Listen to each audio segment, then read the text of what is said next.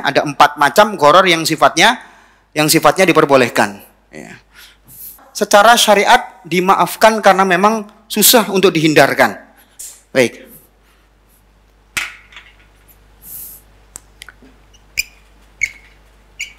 Horor yang mubah, ya. Saya kasih judul seperti itu. Yang boleh, ya. Ya, syarat pertama, kapan ghoror itu dikatakan mubah? Ya. Jika barang tersebut sebagai pelengkap saja.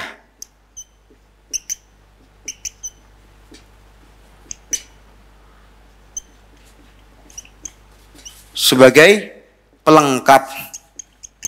Bukan pokok, tapi pelengkap saja. Ya, jelas ya?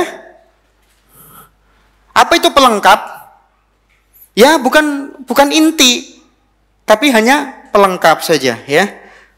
Hanya sekedar ngikut, ya. Sekedar ngikut saja, bukan sifatnya horor yang sifatnya inti. Contoh sekedar ngikut itu apa? Gimana sekedar ngikut? Misalkan apa? Horor-horor seperti ini, ya. Misalkan seorang beli tadi itu, ya, pondasi, beli rumah sekaligus pondasi, ya. Pondasinya, ya kan, kita nggak tahu sekuat mana pondasi itu sampai ke dalam-dalamnya, anti gempa apa nggak anti gempanya, kan kita nggak tahu kalau kena gempa roboh apa tidak, kita nggak tahu. Jadi itu hanya sifatnya hanya pelengkap saja, ya, hanya sekedar pelengkap, ya. Baik, sekedar ngikut saja, ya, sampai sini, ya. Jadi bedakan antara inti dengan pelengkap. Baik, kemudian yang kedua, horornya sangat sedikit, ya, horor sedikit.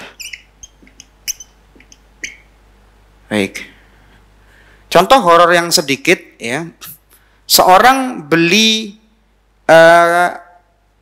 kacang, ya, beli kacang di mana? Di tempat petani kacang. Boleh nggak? Padahal dia kan kacang itu di mana? Di dalam.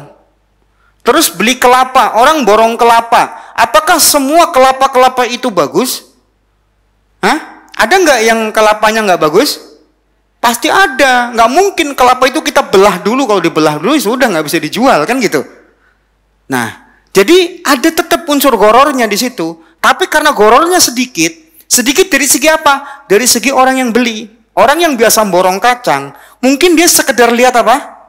Sekedar lihat daun-daunan kacangnya, pohon-pohonannya, itu dia bisa menebak kacangnya kayak apa. Dia udah ngerti. Kalau ahli, ya, kalau nggak ahli ya jadi horor nanti, kan gitu. Sama orang yang ahli menjual kelapa, dia ngerti kelapa-kelapa bagus itu diketok saja sama dia udah ngerti deh, ini bagus ini enggak. Jelas? Jadi ada horor tetap ada, tapi sangat sedikit sekali. Jadi nggak ada masalah kalau itu sangat sedikit, gitu ya. Baik, kemudian yang ketiga,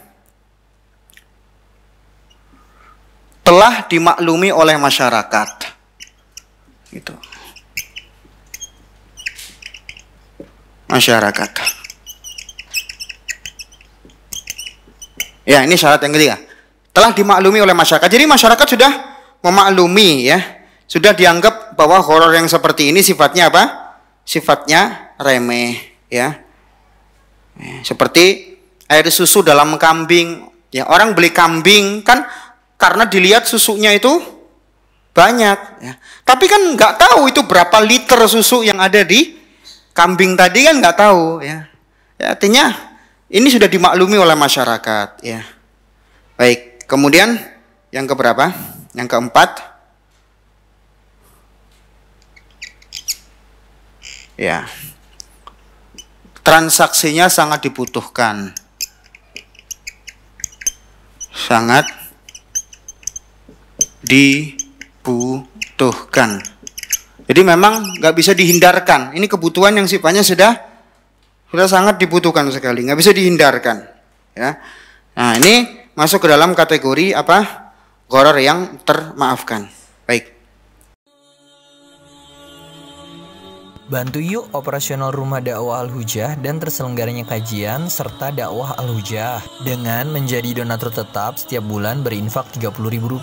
Dengan infaknya setiap bulan Rp30.000, insya Allah akan membantu dakwah Al-Hujah dan jadikan ini amalan yang istiqomah yang dilakukan terus-menerus atau kontinu. Allah mencintai amalan yang istiqomah walaupun sedikit. Terus istiqomah setiap bulan, jangan berhenti, karena Allah mencintai hambanya yang istiqomah. Dan insya Allah ini akan menjadi amal soleh jariah dengan menyebarnya ilmu yang bermanfaat. Yuk salurkan amalan istiqomahnya setiap tanggal 3 setiap bulannya melalui